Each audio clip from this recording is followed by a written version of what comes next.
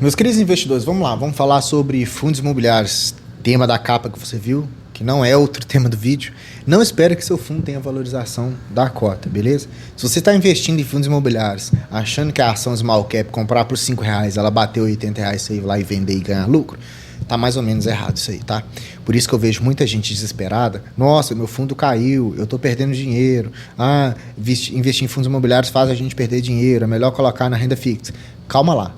Esse vídeo eu vou te explicar um pouquinho por que os fundos estão caindo, qual que é a estratégia de investimento mais adotada pelos investidores para fundos imobiliários, que aí você vai clarear sua mente e também mostrar 3 fundos meus de preferência que eu gosto, que são resilientes, que eu vou te provar que eles são bons fundos, beleza? Ok? Primeiro, vamos dar uma analisada aqui. Eu gosto de olhar o copo meio cheio agora, tá? Muita gente falando muita coisa pessimista, muito título ali apelativo, eu não tô gostando muito disso. Então, vamos olhar o copo meio cheio aqui para você não ficar desesperado primeiro. Olha só, curto prazo para fundos imobiliários, perde dinheiro, menos 5% de rentabilidade nos últimos 6 meses. Longo prazo, fundos imobiliários, ganha dinheiro, 113% de rentabilidade. Então, até aí a gente está o quê? Está medindo o IFIX, que é o índice de fundos imobiliários, onde se reúne a média do mercado. Lembrando que a sua carteira de investimentos ela não precisa refletir a média do mercado. Isso vai depender do tipo de fundo e do preço que você tem pago por eles.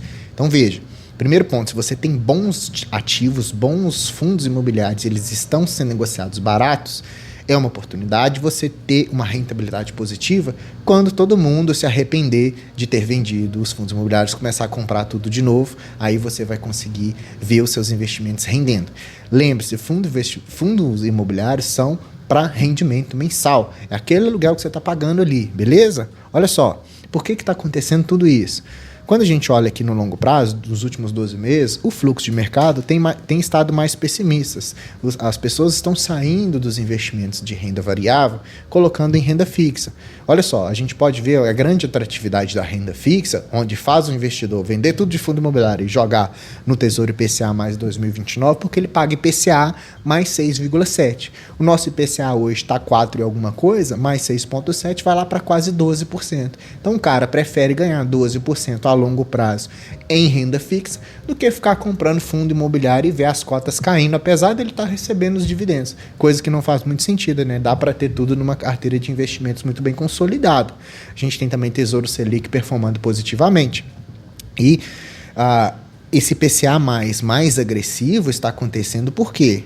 As altas refletem preocupação do mercado com o risco fiscal e as medidas para controlar as contas públicas, tá? Então, essas mudanças aí do governo, essas dúvidas, essa má gestão governamental tem feito o Tesouro emitir mais dívida para fomentar mais o aumento do giro do dinheiro no país. Então, essa nova emissão de PCA+, serve para trazer atratividade dos investimentos, inclusive do exterior, e com isso o governo fica com esse dinheiro mais corrente circulante, e com isso a gente tem esse ciclo vicioso, que vai fazer também a inflação continuar alta, que está 4,42 nos últimos 12 meses. Teve um aumento aí de agosto para setembro, tá? Porque também a gente tem queda no desemprego, então tudo fica mais atrativo, a economia gira mais, mas essa queda do desemprego eu acredito que influencia menos nessa alta da inflação do que essas questões governamentais. O que está influenciando, ou que influenciou, foi a questão da energia elétrica, dos alimentos e da emissão do tesouro, de governo injetando dinheiro a qualquer custo, tá? Por que eu estou te falando isso em vídeo de fundo imobiliário? Porque você precisa entender que quando os investidores olham IPCA mais 6, Selic a 11, ele não vai colocar dinheiro em fundo imobiliário, grandes gestoras, grandes fundos que movimentam bilhões e bilhões. Então o fundo vai despencar, né? Selic a 10,75 é mais atrativa do que um fundo imobiliário que está pagando 8 a curto prazo. Nossas pessoas, elas não estão nem aí para o ativo. Você que está construindo uma carteira de investimentos para longo prazo, para você se aposentar recebendo os seus rendimentos ali mensais, você quer receber esses dividendos, você quer receber os rendimentos dos fundos imobiliários, inclusive sem a tributação do imposto de renda, porque eles já são tributados lá na DRE antes de te distribuir. Isso já é pago pela empresa, então você ali está correndo o risco de ficar fora dessas questões, tá? Lembrando que não é sugestão de investimento. Então, olha só, a gente tem pessimismo no mercado. Então, fundos podem ser que continuem a cair, porque os juros futuros tendem a ficar mais alto nas casas dos 12% a 13%.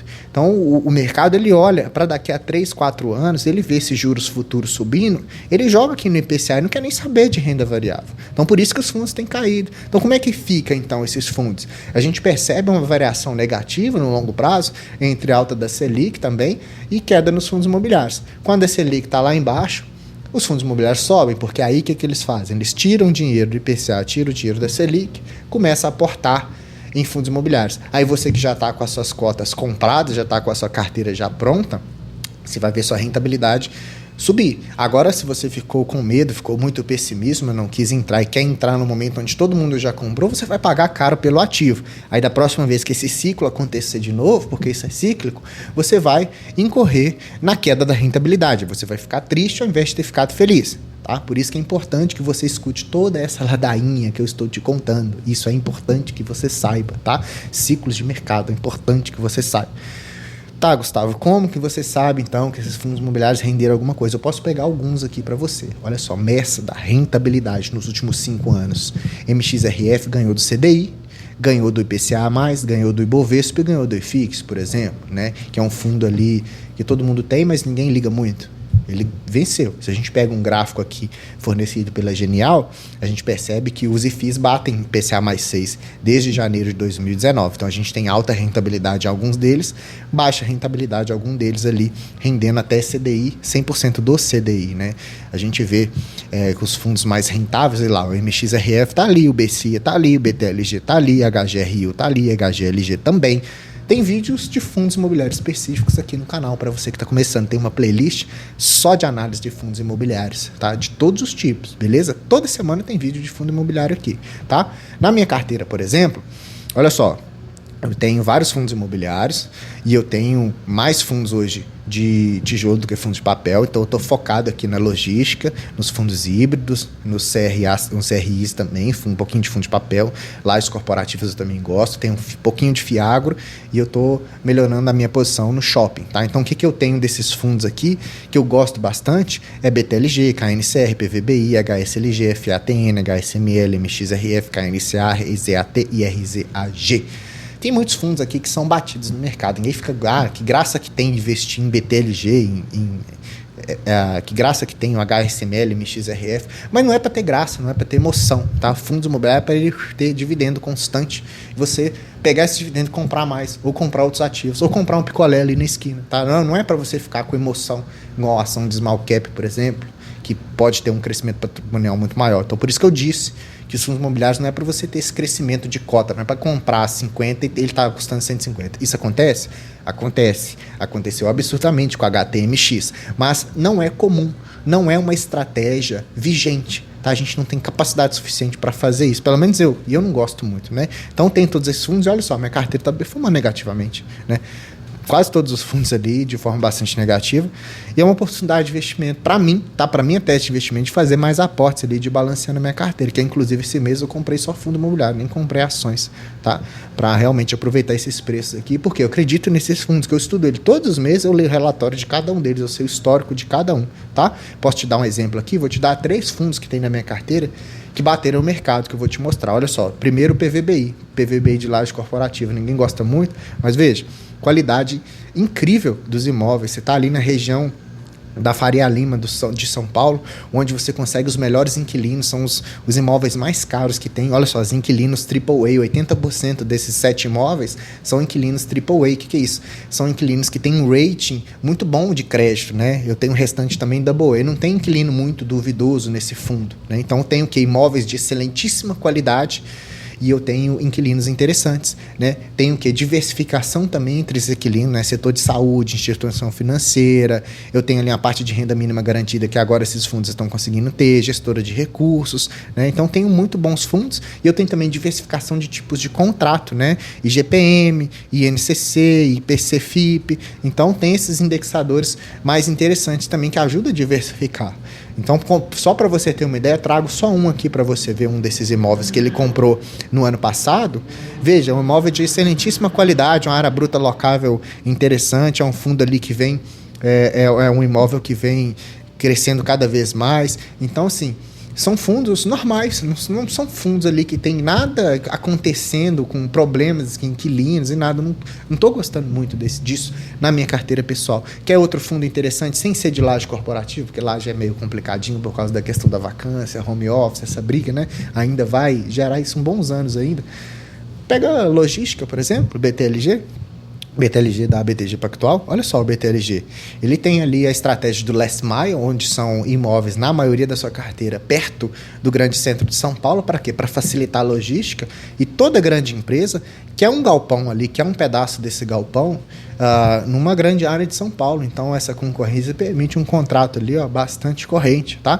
Então, tem excelentes imóveis. Olha só, dá uma olhada neles aí. São imóveis muito bonitos, são imóveis certificados, então tá tudo muito certinho no fundo, né? Ele tem, a maioria deles é quase 100% de participação do BTLG, então ele tem todos praticamente na totalidade ali desses ativos. Então ele vende alguns, compra outros novos, vai fazendo reformas, vai crescendo o patrimônio, e com isso ele vai gerando ali através desses inquilinos que são bem interessantes, né? Olha só, Açaí, Amazon, Ambev, Braskem, né? Tem o estoque modular, Coca-Cola, Pets, Claro, BRF, então Mercado Livre, todo mundo quer esses imóveis da BTLG, e você adquirindo esse fundo imobiliário, você vai estar ali criando uma resiliência na sua carteira. Você vai ver essa resiliência mais para frente.